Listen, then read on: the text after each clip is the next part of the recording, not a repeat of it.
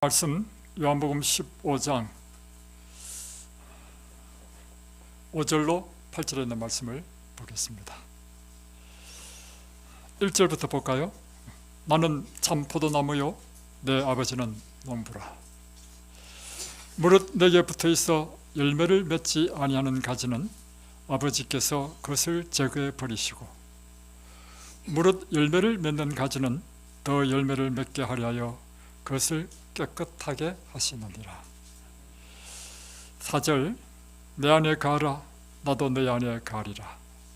가지가 포도나무에 붙어있지 아니하면 스스로 열매를 맺을 수 없음같이 너희도 내 안에 있지 아니하면 그러하리라. 나는 포도나무요 너희는 가지라. 그가 내 안에 내가 그 안에 거하면 사람이 열매를 많이 맺나니 나를 떠나서는 너희가 아무것도 할 수 없음이니라. 8절로 뛰어넘어가겠습니다. 너희가 열매를 많이 맺으면 내 아버지께서 영광을 받으실 것이요 너희는 내 제자가 되리라. 제가 이전에 살던 곳에 저는 주택에서 살았습니다. 마당이 있고, 그래서 제가 그 마당에 여러 나무들을 심었습니다. 소나무도 심고 또 주목도 심고 또 돌로 쌓은 그 울타리에는 철쭉들을 다 사이사이 다 심었습니다. 그리고 4월이면 꽃이 피는 목련도 심고 또 향기가 아주 좋은 라일락도 심었습니다. 그리고 그 중에 제가 모과나무를 심었습니다. 나무를 심는 목적이 무엇이죠? 때로는 소나무 같은 경우, 주목 같은 경우에는 그 수영의 아름다움 때문에 우리가 나무를 심습니다. 또 철쭉이나 목련 같은 것은 꽃을 보기 위해서 나무를 심죠. 또 라일락은 사실 꽃이 별로 볼품이 없습니다. 나무 수영도 별로 볼품이 없지만 라일락은 향기가 참 좋죠. 그래서 라일락을 심습니다. 그러나 제가 모과나무를 심은 목적은 그것과 다릅니다. 그것은 오직 한 가지, 열매를 얻기 위한 것입니다. 모과나무는 특별히 모과가 가을에 그걸 얇게 잘라서 이제 차를 하면 향이 아주 좋지요. 또 차 안에 모과를 놔두면 방향제로도 참 좋은 열매입니다. 제가 심은 모과나무는 어린 나무였습니다. 이제 심고 했는데 가지가 4가지로 쫙 뻗었는데, 모과나무는 사실 그 열매도 그렇고 나무도 그렇고 못생긴 것이 특징입니다. 그래서 못생긴 사람을 모과 같아 이렇게 표현하지 않습니까? 근데 제가 심은 나무는 수영이 아주 예쁜 모과나무였어요. 1년이 지났습니다. 당연히 열매가 안 맺죠. 2년이 지났습니다. 봄이 되니 꽃은 피는데 곧 꽃이 떨어지면서 열매가 생기는가 했더니 다 떨어지고는 또 열매가 안 맺혔습니다. 이제 3년째를 기대했습니다. 3년째가 되니까 점점 나무가 자라는데 수영이 아주 멋있게 이제 뻗는 것입니다. 그러는 봄에 꽃이 많이 폈어요. 기대를 많이 했습니다. 그런데 꽃은 많이 폈는데 열매가 없어요. 그래서 제가 이제 마지막 4년째를 기다렸습니다. 왜냐하면 보통 이 과일나무는 심으면 3년 내로 열매를 본다는 이야기를 들었거든요. 그래서 이제 4년째는 반드시 열매를 맺히리라 생각하고 했는데, 4년째도 꽃은 피는데 이게 다 떨어져 버리고 열매를 못 맺는 것입니다. 자, 그래서 좀 심각해졌습니다. 그래서 제가 톱을 들고 갔습니다. 그리고 모과나무를요, 사정없이 4가지 중에 2가지를 잘라버렸습니다. 그리고 모과에게 말했습니다. 모과야, 내 말을 잘 들으라. 나는 너를 심은 목적이 열매를 얻기 위함이다. 근데 내가 열매를 얻지 못하니 나에게 무슨 소용이 있느냐? 땅만 차지하고 내년에도 만약에 네가 열매를 못 맺으면 나는 너를 완전히 밑둥지부터 잘라버릴 것이다. 딱 이제 선전포고를 하고, 그리고 나서는 또 이제 또 모가를 위해서 한 일이 뭐냐면 주변을 파가지고요 거름을 한번 줬습니다. 드디어 올리지가 되었습니다. 어떻게 됐을까요? 이 모가나무가요 모가를 열었습니다. 근데 처음에 10개는 몇 개 안 열렸습니다. 다음에 6년째 모가가 얼마나 많이 맺혔는지, 그래가지고 그 모가 다 따가지고요 우리 교인들한테 다 하나씩 다 나눠줬습니다. 하나씩 다 나눠줘도 남더라고. 여러분, 오늘 이 예수님께서는 포도나무의 비유를 통해서 우리에게 아주 위대한 진리를 가르치고 있습니다. 나는 포도나무요 너희는 가지니 네가 내 안에 내가 내 안에 있으면 네가 열매를 많이 맺으리라. 그리고는 하시는 말씀이 2절에 보면 아버지께서 만약에 열매를 맺지 아니하는 가지는 아버지께서 그것을 제거해 버리시겠다 했습니다. 제가 지금 모가나무에게 뭐라 했습니까? 너 열매 안 맺으면 내가 잘라버릴 거다. 이게 알고 보니까 하나님도 그렇게 하신다는 것입니다. 그리고 8절에 보면 너희가 열매를 많이 맺으면 내 아버지께서 영광을 받으실 것이다. 너희가 내 참자녀가 되리라. 여러분, 우리 인생의 목적이 무엇입니까? 그리스도인의 인생의 목적은 무엇입니까? 한마디로 표현하면 열매 맺는 것입니다. 우리의 삶에 열매를 맺지 못한다면 우리는 버림을 받게 될 것입니다. 그러면 우리가 맺어야 될 열매는 무엇이죠? 어떤 열매를 맺어야 됩니까? 자, 여기서 포도나무는 1절에 보면 나는 참 포도나무요 그렇죠? 그러니까 예수님이 포도나무예요. 내 아버지는 농부라. 내 아버지는 농부라 했으니까 우리 하늘 아버지는 이 나무를 잘 해서 열매를 많이 맺게 하기 위하여 온갖 비를 내려주시는 분, 햇빛을 내려주시는 분, 천둥 번개를 쳐가지고 천둥 번개 칠 때요 엄청난 구름이 쏟아진다는 것입니다. 질소 비료가 쏟아진다는 것입니다. 그래서 여름에 천둥 번개 치는 것은 굉장히 좋다는 것입니다. 그래서 하나님께서 우리를 위하여 때를 따라 계절을 변화시키시고 비료와 우르를 내리시고 햇빛을 내리시면서 이 포도나무가 열매 맺을 때 필요한 모든 것을 다 공급하신다는 것입니다. 그런데 2절에 보면 5절에 보면 나는 포도나무고 너희는 이 포도나무에 붙어있는 가지다.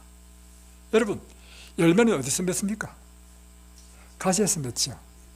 우리가 해야 될 일이 뭐예요? 열매 맺는 것입니다. 여러분, 우리가 맺어야 될 열매는 무엇인가요?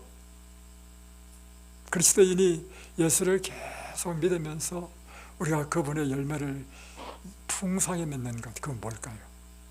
많은 사람들은 이렇게 오해합니다. 능력을 받는 것, 방언을 하는 것, 귀신을 쫓아내는 것, 신의 은사를 나타내는 것, 예언의 능력을 나타내는 것.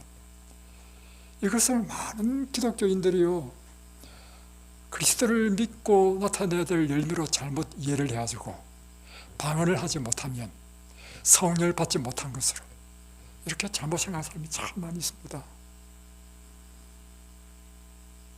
성경은 그렇게 가르치고 있지 않습니다. 성경을 이해하는 가장 좋은 방법은 무엇이죠? 성경이 성경을 해석하는 방법입니다. 그러면 그리스도인이 맺어야 될 열매는 무엇인가? 성경을 찾아보면 갈라디아서 5장 22절로 23절입니다. 성령의 열매는 곧 사랑과 희락과 화평과 오래 참음과 온유와 절제와 충성과 형제 우애죠. 양선인가? 이 같은 열매들을 맺는 것이 그리스도인의 맺어야 될 열매로 하는 것입니다. 자, 그러면 자 보세요. 사랑, 희락. 여러분, 그리스도인의 특징이 뭐냐면요 항상 우월하고 이건 사랑의 그리스도인의 열매가 아닙니다. 어떻게 해요? 희락이라는 것은 그래서 성경에 보면 항상 기뻐하라. 화평, 언제나 마음이 강같이 평안히 쫙 흐르는 것, 이것이 참된 그리스도인의 경험하는 열매인 것입니다. 언제나 마음이 불안하고 염려와 근심이 있고, 그것은 여러분 열매 맺지 못한 그리스도인입니다. 그리고 온유함,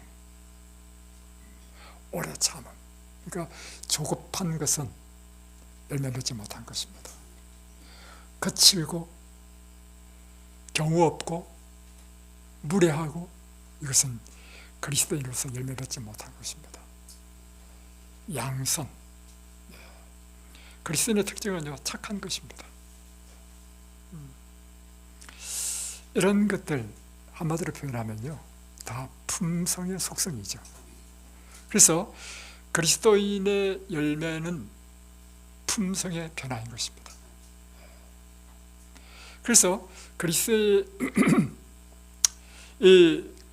맺어야 될 그리스도인의 이 땅에서 생애의 목적은 열매 맺는 것인데, 그것은 믿는 우리가 먼저 우리 생애를 통하여 그리스도의 품성을 재현하는 것입니다.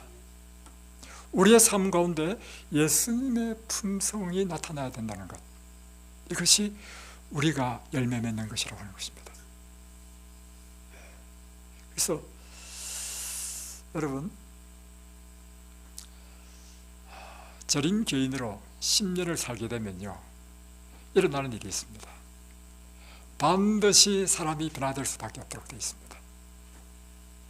왜 그런가요? 절인 교회에서는요, 우리에게 특별한 예언의 신이 있습니다. 예언의 신을 통해서 우리에게 무엇을 주느냐면, 우리가 먹고 자고 일하고 생각하고 삶의 모든 분야에 대하여 세세하게 성령께서 주신 말씀이 있어. 그래서 여러분이 정말 진실된 재림 신도로 살게 되면요, 여러분의 삶 가운데 일어나는 일이 있는데, 그것은 사람이 변화되지 않으면 그 사람은 가짜야. 그건 잘못됐어. 다시 변하면 예수에게 붙어 있지 않은 사람이야.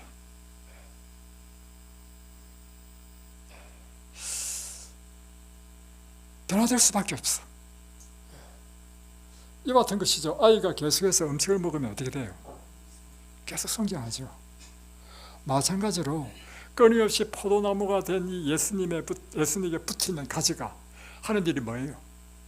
끊임없이 이 나무로부터 올라오는 수액을 먹고 영양분을 먹고 하늘에서 쬐어지는 햇볕으로 탄소동화 작용하고 하면 반드시 변화가 일어나죠.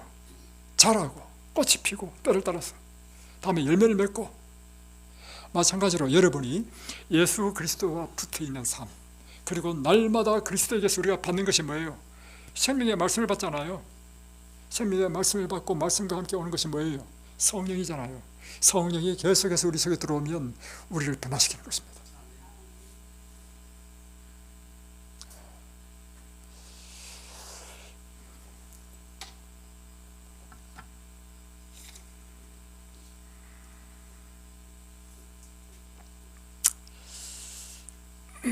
제가 이제 하나님의 은혜로 복음을 전하는 일을 하게 되었습니다. 제가 30대 중반, 35세부터 그때 제가 집사였는데,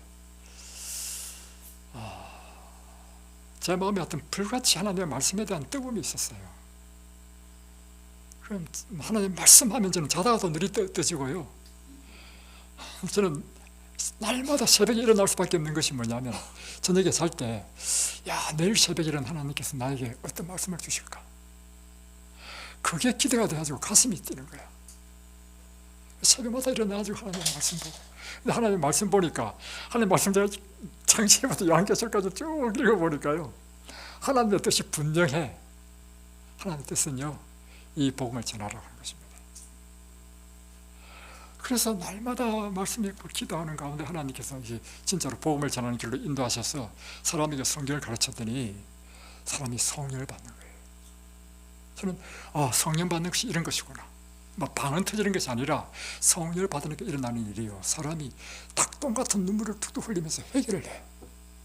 근데 제가 전한 기별은 다른 게 아니고 하나님은 어떤 분이신가, 뭐 죄가 어떻게 들어왔는가, 예수님이 뭘 하셨는가, 이거를 가르쳤는데도 불구하고 사람이 회개를 하고 닭똥 같은 눈물을 흘리고 사람들이 변화되기 시작하는 거예요. 이야, 참, 여러분, 이 세상에 복음을 전하는 것만큼 매력적인 일이 없습니다. 그 다음부터 이 세상 사업에 이 흥미를 잃어버렸습니다. 근데 제가 어떤 경험을 했냐면, 그렇게 하다가 이제 막 교회도 개척하게 되고 이렇게 됐습니다. 근데 제가 한 교회에 있을 때 교회를 새로 이제 그러다 보니까 사람들이 막 엄청 이렇게 몰려 들어와가지고 3년 만에 교회를 개척하고 3년 만에 교회를 새로 땅 사고 교회를 짓게 됐습니다. 짓게 될 때 우리가 교회를 지을 때 뭘 해야 될까? 지역 주민을 만날 수 있는 접촉점을 만들어야 되겠다. 그래서 한층 전체를 문화센터로 만들었습니다. 센터를 만들어가지고 이곳에 동양화, 서양화, 일본어, 영어, 발 마사지 각종 다양한 프로그램을 이제 운영하게 됐는데, 한 자매가, 가까운 이웃에 있는 자매가 서양화를 배우기 위해서 왔어요. 근데 이야기해 보니까 미대를 졸업한 사람이었고 지금은 가정주부로 아이를 4명을 키우는 애견마였습니다. 이제 늘 미대를 졸업했으니까 그림 그리는데 취미가 있으니까 이곳에 와서 그냥 그림 그리기 위해서 왔단 말이에요. 근데 제가 그 자매를 딱 봤을 때 처음에 저는 이해가 되지 않았습니다. 어떤 점에서 이해가 되지 않았냐면, 여러분, 우리 몸 가운데 가장 모혈관이 잘 발달된 곳이 어디냐면 얼굴입니다. 왜냐하면 다양한 표정을 지어야 되거든요. 그래서 보세요. 이 한 가지 얼굴로 기쁨과 슬픔, 즐거움, 온갖 종류의 표정을 다 짓지 않습니까? 그런데 제가 놀란 게 뭐냐면, 이 자매를 딱 만났는데 이 자매는 표정이 없는 사람이라, 이 얼굴 표정이 마치 무슨 인두에 찢어버린 것처럼, 상처 있는 게 아닙니다. 제 표현에 의하면 인두에 찢어버린 것처럼 무표정한 여인이었어요. 30대밖에 안 된 애기들이 지금 초등학교 들어간 애들도 있고 초등학교 안 들어간 애들도 있고, 애도 또 4명이나 났어. 4명이나. 그래서 제가 처음에 이상했습니다. 그리고 이제 그곳에서 이제 하다가 제가 이제 그런 사람들 딱 모아서 이제 성경 공부를 가르친단 말이에요. 목적이 전도하는 목적이 아니겠어요? 근데 이제 어느 날 이제 성경 공부 가르치는 시간에 이 자매가 자기 클래스가 아닌데 문화센터에 놀러 왔습니다. 놀러 왔길래 총무가 마침 위에서 성경 공부하고 있으니까 당신 성경 공부 한번 해보라고. 이 자매가 나는 기독교에 대해서 관심이 없다고, 나는 성경 배우고 싶지 않다고 하는데, 이 총무님이 이 자매를 막 거의 반강제적으로 끌고 와가지고 자리에 앉혔어. 근데 저는 지금 이 사람들하고는 지금 처음부터 이 성경 공부들 레파토리가 있잖아요. 그죠? 제1과 2과 3과 해가지고 이 사람들 한 7명 그때 모여져 있었는데, 지금 진행이 쫙 돼가지고 오늘 이제 마지막으로 이제 침례 결심시키는 날이라. 근데 이 자매가 침례 결심시키는 날 첫 자매가 딱 들어앉아 있는 거야. 야, 이럴 때 어떻게 해야 되지? 그래도 다스를 위해서 이제 했습니다. 하다가 거듭남에 대한 설명을 할 때 제가 파워포인트로 무엇을 딱 띄워주느냐면, 한 애기 아빠가 갓 태어난 자기 애기를 무릎 위에 탁 앉히고는 그 기쁘고 흐뭇한 표정을 짓는 그 사진을 탁 띄워주면서, 여러분이 첫 아이를 낳았을 때 여러분의 그 감정, 기분은 어땠습니까? 라고 묻거든요. 그러면서 이제 우리의 육신의 탄생이 이렇게 기쁜데 거듭남은 더하다는 것을 표현하기 위해서 그렇게 하죠, 제가. 그러면서 제 자신에게도 사실 첫 아들을 낳았을 때 저는 너무너무 신기했습니다. 생물학적으로는 이해되거든요. 남자의 정자와 여자의 남자가 만나가지고 세포 분열을 해서 이해는 되는데, 막상 아기가 탁 태어났는데요, 제 아들은요 완전 붕어빵이었습니다. 저를 딱 도장 찍듯이 딱 찍어서 나왔어. 그리고 태어날 때부터 제 아들은 삐쩍 말라가지고 얼마나 아빠를 닮았는지. 근데 제가 아빠를 닮으면 닮을수록 저는 더 행복하더라고. 그래서 제가 이제 그 모습을 보고 너무 기뻐하니까 옆에 있는 제 어머니가 저한테 한 말씀이 있습니다. 아들아, 입 좀 다물어라. 그런데 이제 나는 이제 내가 그랬으니까 다른 사람도 그럴 줄 알고 이제 질문한단 말이에요. 그런데 세상에 제가 침례 결심시킬 때마다 그 질문을 하는데 의외의 반응이 많아요. 특별히 여자들이요, 너무 힘들어서 남편이 미워 죽겠더라. 그때만 너무 아파가지고 막 그냥 뭐 별로 감정이 없더라. 나중에 이제 애가 나와가지고 이제 좀 회복되고 하면서 베비에 딱 올렸을 때 그때 비로소 이제 그 사랑의 감정이 나더라. 이런 표현을 많이 하더라고요. 야, 나하고 다르네. 그래서 쭉 질문하다가 이제 처음 온 그 여인에게 질문했습니다. 여인이 말을 못하는 거예요. 그래서 처음 온 사람에게, 나머지 사람들은 계속 공부했기 때문에 저와의 관계가 형성됐잖아요. 그래서 아주 분위기가 좋았습니다.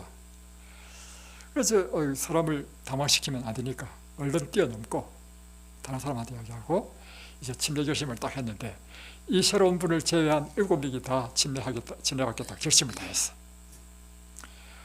제가 얼마나 기쁘겠습니까? 그래서 제가 이제 흐뭇한 마음으로 이제 마치고 이제 집으로 돌아가는데,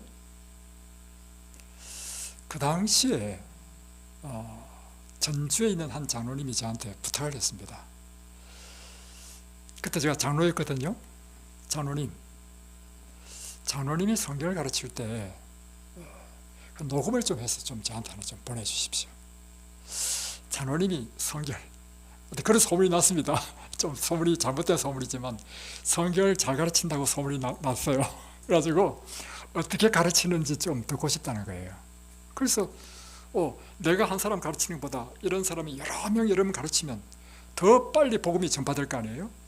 그래서 그 당시에 15만 원을 주고 녹음하는 기를 사가지고 녹음을 했단 말이에요. 하고 이제 집으로 돌아오는 길에 이제 딱 들었단 말이에요. 와, 도저히 못 듣겠어요.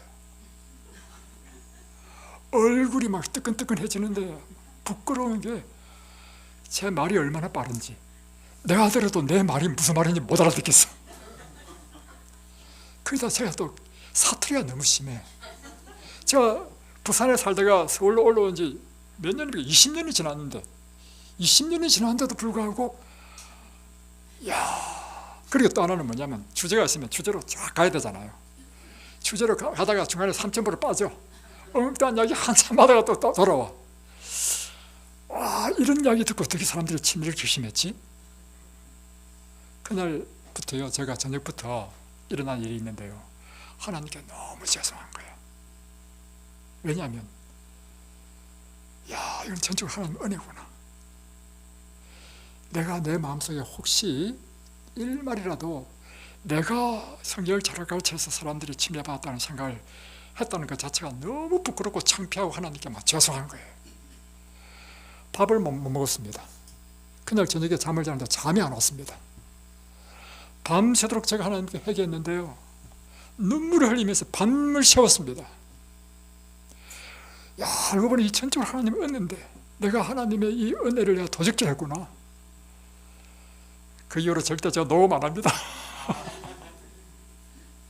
그리고 그런 건방진 생각 절대 안 합니다. 그렇게 그 회개로 그 밤을 지냈는데요, 그 밤에 무슨 일이 일어났냐면, 이 자매가 집에 가가지고요, 한잠도 못 잤다는 것입니다. 왜 못 잤느냐? 이 자매가 그날 저한테 질문을 탁 받고는요, 집에 갔는데, 그래도 그 자매가 대학교까지 나온 사람이지 않습니까?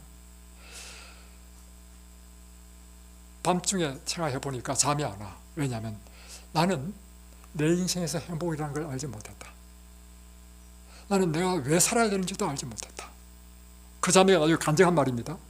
나는 왜 결혼했느냐? 나이가 들면 결혼해야 된다 해서 결혼했고, 애도 왜 낳았느냐? 결혼하면 애 낳아야 된다 해서 애 낳고, 그런데 나는 애 낳을 때도 기쁨도 알지 못하고 지금도 삶에 있어서 그렇게. 근데 남편이 얼마나 자상한 사람이지. 남편이 교사인데요, 이 부인을 위해서 설거지 다 해줘. 그렇게 자상한 사람인데도. 그러면서 이 자매가요, 그날 밤중에 생각하기를, 내 삶이 짐승의 삶과 다를 게 뭐냐? 정말로 거듭나야 될 사람이 있으면 내가 거듭나야 되지 않는가? 이러면서 이 사람이 딱 한 번 그 설교를 듣고는 집에 가가지고 엄청 고민하면서 그 다음날 자기 발로 교회 온 거예요. 그러면 뭔가 할 말이 있는데 말을 못해. 그래서 총무 이야기했어요. 말하시라고. 저도 침례받으면 안 되겠냐고.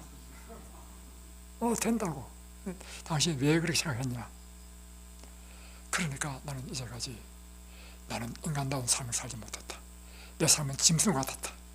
나는 정말 다시 거듭 태어나고 싶다. 이렇게 해서 이 자매가요 침례받았거든요. 그 다음부터 이 자매에 일어난 놀라운 변화, 사람의 표정이 바뀌기 시작한 거예요. 그 딱딱했던 표정이 풀리면서요 막 얼마나 방실방실없고, 그리고 막 말씀을 사모하고 말씀을 들으면 눈물을 흘리고, 그뿐만 아니라 이제 삶의 격이 일어났어. 인생의 희망, 인생의 행복이 생겼어. 남편한테 가지고 너무 잘해. 남편이 갑자기 부인이 이상해진 거야. 결국에는 남편이요, 이 여인이 자기 부인이 이상해진 것은 교회 갔기 때문이다. 내가 그를 교회 가는데 적극 도와야 되겠다.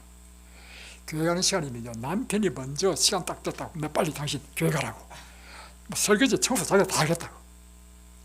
근데 어느 날 이 부인이요 저녁에 자는데 세숫대에 다 물을 탁 떠가지고는 남편 발 앞에 탁 물을 끓고는 발을 씻어주겠다는 거예요. 그러니까 이 남편이 또 이번에 또 무슨 짓을 하려고 그래서 이제 발을 싹 씻는데 가만히 여보 딱 하는데 갑자기 들었냐면 이 부인이 나한테 전도하려고 하는가 보다. 그래서 딱 선포했습니다. 여보, 당신만 교회가, 나는 관심이 없어. 그런데요 결국에는요 그 남편, 내 식구 몽땅 다 와가지고, 여러분 그래서요 가지가 포도에 붙어 있으면 반드시 일어날 일이 있습니다. 변화가 일어납니다. 두 번째, 우리 인생의 목적은 이와 같이 그리스도의 품성으로 재현되는 것이고, 이게 실물교훈 67페이지에 있는 말씀입니다. 두 번째는 다른 사람으로 하여금 그리스도의 품성을 재현시키는 것이 인생의 목적이다. 이게 무슨 뜻인가? 결국에는 전도라고 하는 것이요 다른 것이 아니고 세상적인 사람, 육적인 사람을요 복음을 전해서 그 사람도 동일하게 예수님의 품성으로 변화시키는 것, 이것이 전도이고 이것이 그리스도인이 이 땅에 사는 삶의 목적이다. 그러므로 이 세상 모든 사람들 하여금 예수님의 사람으로 이 세상 사람들을 변화시키는 것, 이것이 오늘 그리스도인의 목적이라는 것입니다. 그래서 하나님께서는 우리에게 열매를 많이 맺게 하기 위해서 하는 일이 있습니다. 두 가지가 있습니다. 하나는 아예 열매를 못 맺는 나무는 보면 잘라내버립니다. 그리고 자르기도 전에요 열매를 못 맺으면 일어나는 일이 수액을 못 받기 때문에 말라버립니다. 그리고 자열이 나무 둥치에서 뚝 떨어져 버립니다. 그죠? 그런데 열매를 맺을 가지, 나무에 딱 붙어있는 이것은요 더 많은 열매를 맺게 하기 위해서 농부는 봄에 뭘 하죠? 가지치기 하죠. 예, 전정하는 것입니다. 이 전정이 무엇이겠습니까? 우리의 삶 가운데 그리스도의 품성으로 변화시키기 위하여 잘라내버려야 될 우리의 모나고 못된 성질을 잘라내기 위해서는 고난과 시련이 필요하다는 것입니다. 여러분 언제 성숙했습니까? 여러분 언제 성장했습니까? 제 삶 가운데는요 언제나 시련의 때에 저는 성숙했습니다. 고난 받으면서 저는 제 삶을 돌아보게 되고 제 삶 가운데 정말 모나고 깨어져야 될 부분을 깨트리는 그런 아픔을 통하여 제 삶에 놀라운 변화를 경험했습니다. 그래서 하나님께서는 당신의 사랑하는 백성이면 그가 그리스도에게 붙어 있는 자이면 반드시 하는 일이 있는데 그 삶을 그냥 편안한 삶으로 두지 않습니다. 시련을 만나게 하고 폭풍을 불게 하고 병이 들게 하고. 여러분, 그래서 지금 축복받고 있는 중입니까? 축복받고 있는 중이죠? 우리 은영씨 제가 사랑합니다. 사실은 은영씨가 만약에 이런 병이 아니었으면 언제 이렇게 와가지고 이 코이만 높은, 그도 이곳의 강의는요 차원이 높은 강의입니다. 그죠? 제가 매 시간마다 우리 최재사님 이야기 들으면서, 강의 들으면서, 야, 이건 차원이 보통 높은 강의가 아닌데 언제는 차원 높은 강의를 듣겠습니까? 그죠? 축복입니까? 그러면서 날마다 우리의 삶을 회개하지 않습니까? 날마다 지금 대정부 총수를 보고 있대. 지금 3권째인데 그러면서 막 매 시간 주옥같은 말씀에 내 삶이 비춰지고 내 삶 가운데 정말 하나님 앞에 회개하는 그런 시간을 갖는다는 것입니다. 이게 축복이 아니겠어요? 자, 어떤 게 축복인지 하면 여러분 선택해 보십시오. 내 삶에 아무런 시련도 없다. 먹고 살 것 지금 잔뜩 있다. 사는데 아무 지장이 없다. 애들도 다 잘 됐다. 집은 대화 같은 집이다. 차는 막 벤츠다. 자, 여러분, 이런 삶이 축복되는 삶입니까? 아니면 우리 삶에 결핍이 있고 우리 삶에 정말 언제나 하나님께 기도해야 될 기도의 제목이 있고 우리는 열심히 일하지 않으면 날마다의 삶을 영위할 수 없는 그런 상황이고, 어떤 게 축복입니까? 그래서 플라톤은요 행복론에 대해서, 행복론을 가지고 이렇게 이야기했습니다. 첫 번째, 먹고 자고 내가 삶에 필요한 것들보다 약간 부족한 것이 행복이다. 또 모든 사람이 칭찬하기에는 약간 부족한 용모, 이것이 행복이다. 또 청중들의 절반만 박수치는 말솜씨, 이것이 행복이다. 겨루어서 한 사람은 싸워 이기겠는데 두 사람한테는 지는 체력, 이것이 행복이다. 야, 플라톤이 아주 놀라운 이 영감의 말씀을 주죠. 우리는요, 인류의 역사는요 항상 도전과 응전, 토인비가 이야기했잖아요. 도전과 응전에 의해서 인류의 역사가 발전했습니다. 도전과 응전이라는 것은 뭐냐면 결핍이 있었기 때문에 항상 사람은 노력하고 연구하고 발전시켜 나갔습니다. 그래서 하나님께서는 성경을 펴보십시오. 인생의 위대한 인물들마다 항상 그들을 학교에 입학시켰습니다. 그 학교가 고난과 시련의 학교였습니다. 요셉은 보디발의 집에서 13년간 그 학교에서 그가 수련받았습니다. 13년 동안 요셉이 보디발의 집에서 한 일은 뭐예요? 노예야, 노예. 여러분, 노예는 어떤 삶이냐면요, 내 뜻과 의지가 없는 사람입니다. 주인의 뜻이 내 뜻이라는 것입니다. 주인이 하라면 그 일을 해야 돼. 13년 동안 종으로 살면서 그는요, 그 아버지 밑에서 응석바지로 자라면서 그가 자라났던 자만심, 이런 것이 다 깨져버렸습니다. 끊임없이 자기 형들을 고자질하던 고자질쟁이, 그게 요셉의 별명이었습니다. 그게 다 깨져버렸습니다. 그것으로 부족해가지고 요셉을 하여금 3년 동안 감옥으로 또 내려보냈습니다. 감옥에서 또 3년 동안 또 대학원까지 공부했어요, 요셉은. 그랬을 때 비로소 요셉은 뭘 할 수 있냐면 이 애굽 전체를 다스릴 수 있는 총리가 될 수 있는 자격을 갖추게 된 것입니다. 모세 보세요, 모세. 200만의 이스라엘 백성들을 이끌기 위해서는요 40년 동안의 애굽의 왕자로서의 교육이 필요하다면 또 40년 동안 그 광야에서 양치기로서의 또 교육이 필요한 것입니다. 그러니까 모세는 80년 동안 교육받았어.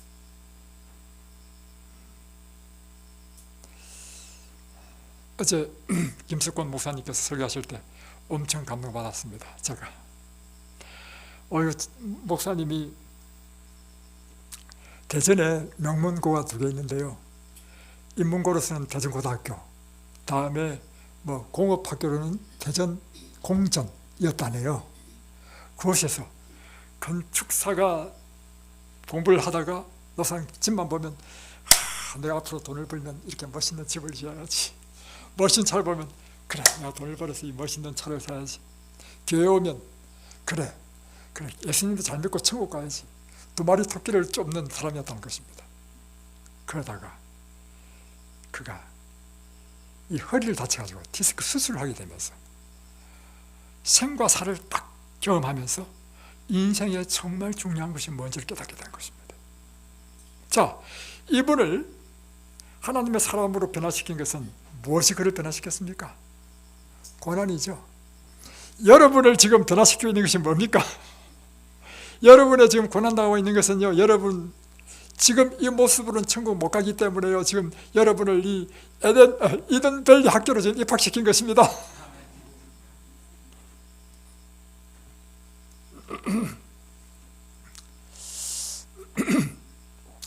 우리가 너희는 내 안에 가라. 내가 내 안에 거하면 너희가 열매를 많이 맺는 데 있습니다. 그러면 우리가 어떻게 주님 안에 거하고 주님께서 내 안에 거하게 할 수 있을까요? 이 성경에 보니까 이렇게 되어 있습니다. 7절에 보면 너희가 내 안에 거하고 내 말이 너희 안에 거하면 무엇이든지 원하는 대로 구하라. 그리하면 이루리라. 이거 전에 제가 한 가지 빠뜨렸네요. 뭘 빠뜨렸냐면 두 번째 하나님께서 우리에게 열매 맺도록 하시기 위하여 하시는 일이 무엇인가 하면 여기에 보면 5절에 보면 그가 내 안에 내가 그 안에 거하면 사람이 열매를 많이 맺나니. 그러니까 우리가 열매를 많이 맺는 방법은 하나님께서 하시는 것은 전지 작업을 통해서 우리에게 열매 맺게 하시고, 다음에 우리가 해야 될 일은 뭐냐면 그분 안에 거하는 것입니다. 그래서 이 요한복음 15장에서만 하더라도요, 여기 보면 내 안에 거하라 하는 것이 몇 번이냐면 12번이 사용됐다는 것입니다. 그리고 바울의 서신에는 무려 160번 이상이나 내 안에, 그리스도 안에 라는 표현을 사용했다는 것입니다. 우리 열매 맺는 비결은 그분 안에 있는 것이 열매 맺는 비결이고, 그럴 때 일어나는 일이 뭐냐면 4절에 보면 스스로 열매를 맺는다는 것입니다. 그러니까 우리가 그리스도 안에만 있으면 내가 품성의 변화를 가져야 되지 해가지고 노력해서 되는 것이 아니고 그분 안에 있으면 저절로 변화되는 것, 이것이 지금 예수님께서 포도나무의 비유를 통해서 우리에게 가르치는 것입니다. 이게 전도의 법칙입니다. 그래서 여러분, 신앙은요 억지로 안 됩니다. 우리 마음에서 일어나야 되는 것입니다. 우리가 그리스도와 연결되면 일어나는 일이 있는데 그분을 사랑하게 됩니다. 사랑하게 되면 그분의 뜻을 따라 살고 싶어 합니다. 그분의 뜻을 따라 살고 싶어 하는 것이 우리의 삶에 하나님의 율법을 지키고 그분께서 우리에게 하라고 하는 그것이 우리에게 의무로 느껴지는 것이 아니고 특권으로 느껴져. 이것이 우리의 기쁨이 되는 것입니다. 다음에 마지막으로 이제 그럼 우리가 그분 안에 있는 어떻게 있을 수 있는가 하는 것입니다. 여기 7절에 보면 너희가 내 안에 거하고 내 말이 너희 안에 거하면 이렇게 했습니다. 그러니까 우리가 그 안에 거하는 방법은 하나님 그분의 말씀으로 그분 안에 거할 수 있다는 것입니다.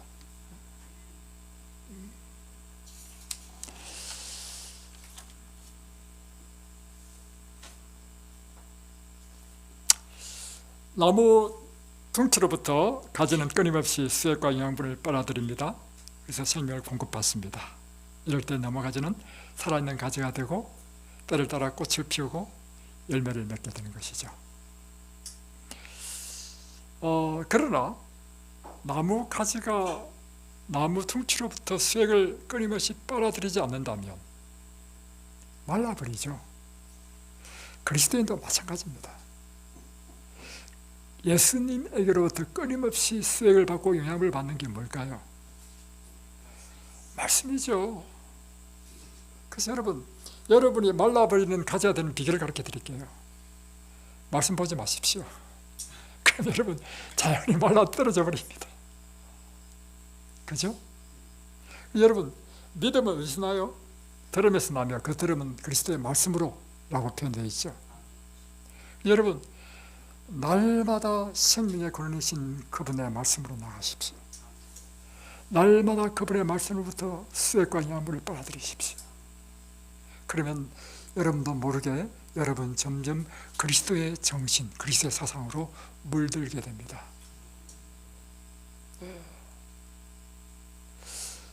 날마다 하나님의 말씀을 읽으면 일어나는 일이 있는데, 이 말씀의 뜻인 하나님의 정신, 사상으로 내 정신과 사상이 바뀌어버려. 그러니까 나무와 가지가 하나가 돼버려. 그죠? 이럴 때는 떨어질래야 떨어질 수 없는 관계가 되는 것입니다. 그리고 또 한 가지 더, 말씀이 들어올 때 말씀과 함께 들어오는 것이 있습니다. 성령은요 말씀과 함께 들어옵니다. 그래서 여러분이 성령을 받는 비결이란 무엇인가 하면요, 하나님의 말씀을 깊이 연구하고 묵상할 때 성령이 임하시는 것입니다. 그래서 우리 가운데 이와 같이 말씀과 성령이 우리 안에 들어오면 일어나는 일이 있는데, 변화가 일어나는 변화. 이것이 바로 마태복음 13장 몇 절인가요? 33절에 보면 이 누룩에 대한 비유죠. 천국은 마치 여자가 가루수막 속에 갖다 낸 누룩과 같으니 전부를 부풀게 한다. 누룩이 들어가면 이 밀가루는요 저절로 부풀죠. 누가 일하기 때문에, 누룩이 일하기 때문에. 그러니까 우리가 변화되는 것도요, 여러분이 변화되려고 하지 마시고 누가 우리 속에 일하시도록 해야 되는 것입니까? 그리스도께서. 그래서 하나님의 말씀을 계속 받으면 그리스도께서 우리 안에서 역사하셔서 절로 변화가 돼. 그래서 여러분 전도의 계단 읽어보십시오. 어떤 게 딱 눈에 띄냐면 이렇게 되어 있습니다. 어떤 표현을 여러분 주목하셨냐 하면 이 표현을 잘 주목해 보세요. 그들은 그분의 성품을 나타내게 되고 또 그분의 깨끗하신 것 같이 깨끗하게 될 것이다. 그리스도를 따르는 자들은 전에 싫어하던 것을 좋아하게 될 것이다. 또 그들이 전에 좋아하던 것을 싫어하게 될 것이다. 교만한 자들은 겸손하게 되고 어리석은 자들은 지혜로워진다. 술을 많이 마시던 자들은 더 이상 마시지 않게 되고 불순한 자들은 순결해진다. 다 뭐예요? 되고 누가 하신다는 것입니까? 그래서 기독교는요 내가 하는 것이 아니고 그분이 우리 안에서 역사하시고 일하시는 것입니다. 그래서 저절로 이루어진다는 것입니다. 이와 같은 놀라운 이 포도나무의 비유, 그분 안에 거하심으로 저절로 놀라운 풍성한 열매가 맺히는 그러한 복된 참된 그리스도인이 되시기를 주의 이름으로 축복합니다. 기도하겠습니다. 하늘에 계신 우리 아버지, 오늘 주님께서 우리에게 너희는 이 포도나무의 비유를 배우라. 가지가 포도나무에 붙어 있으면 저절로 열매를 맺는 것 같이, 그같이 풍성한 열매를 맺을 때 우리의 삶이 하나님께 영광이 된다고 하였습니다. 하나님, 우리가 언제나 그리스도 그분에게 붙어있고 연결된 삶을 통하여 우리 속에 역사하시는 그리스도로 말미암아 우리가 온전히 그리스도의 형상으로 변화되게 하여 주시고, 또한 우리로 하여금 다른 사람을 또한 그리스도의 품성을 지연시키는 사람들이 되게 하여 주옵소서. 예수님의 이름으로 기도드립니다. 아멘.